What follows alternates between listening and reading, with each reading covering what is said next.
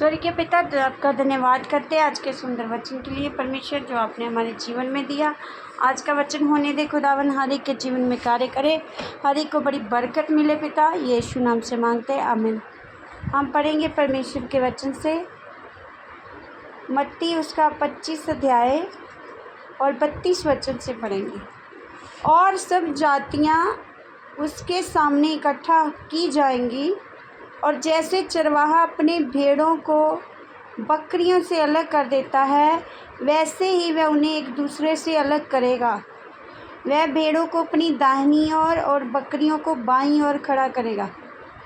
तब राजा अपनी दाहिनी ओर वालों से कहेगा, हे मेरे पिता के धन्य लोगों, आओ उस राज्य के अधिकारी हो जाओ जो जगत के आदि से तुम्हारे लिए तैयार किया गया है। हालेलुया। आपको पता है परमेश्वर भेड़ों का चरवाहा है, बकरियों का नहीं। और यहाँ पर परमेश्वर का वचन कह रहा है वो भेड़ों को और बकरियों को अलग कर देगा।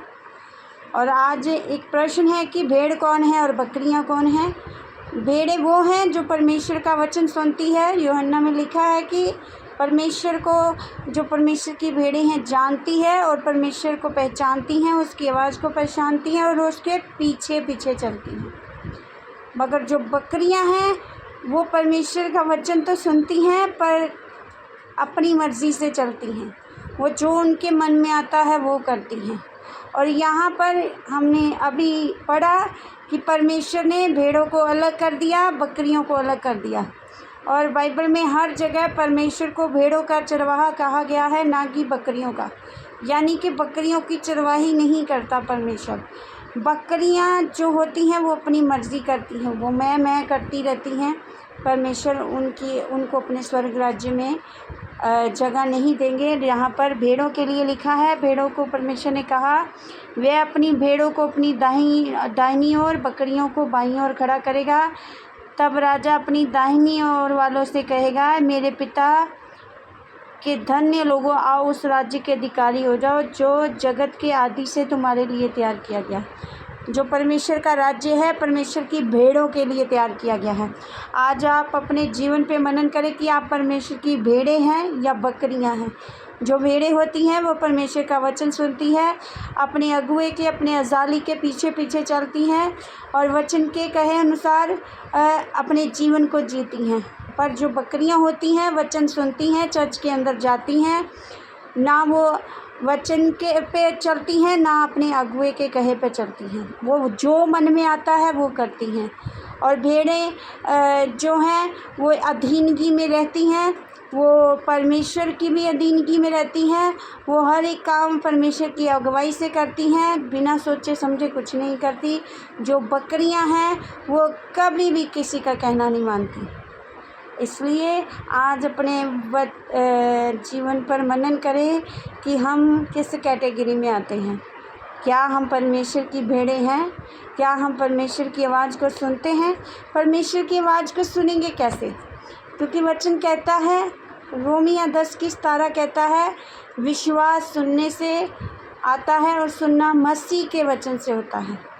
अगर हम मसीह का वचन सुन रहे हैं तो हमारे अंदर विश्वास बढ़ता है और बढ़ता ही जाएगा।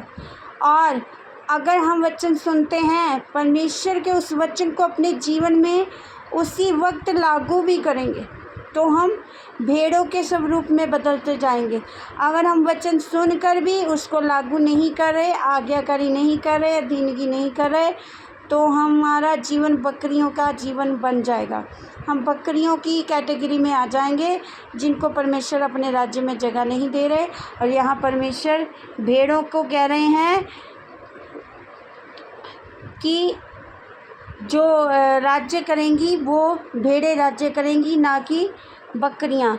और यहाँ पर मैं फिर आपको रिपीट करती हूँ, परमेश्वर ने कहा, हे मेरे पिता के धन्य लोगों, आओ उस राज्य के अधिकारी हो जाओ जो जगत के आदि से तुम्हारे लिए तैयार किया गया है।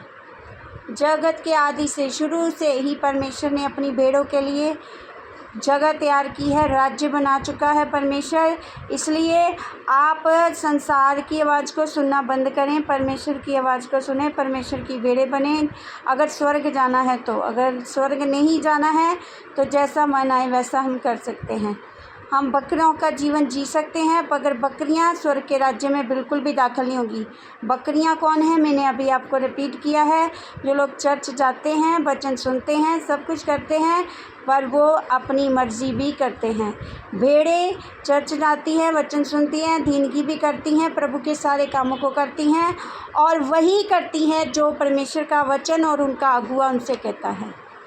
वो और आगे पीछे नहीं देखती, वो सीधे स्ट्रेट फॉरवर्ड चलती हैं और अपने अजाली के पीछे चलती हैं।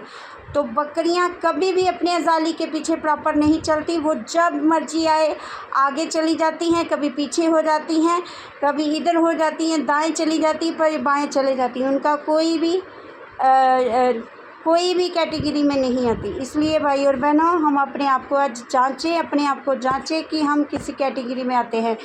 अगर हम बेड़े हैं तो और भी ज़्यादा उन्नति करें, और अगर अभी तक प्रभु की बेड़े नहीं बनी हैं, अपनी मर्ज़ी करते हैं, तो आज अपने आप को जांचें। प्रभु इस वचन के द्वारा आपको ब्लेस करें और बहुतायत से बढ़ाए। आमीन। सबको जय मसीह की।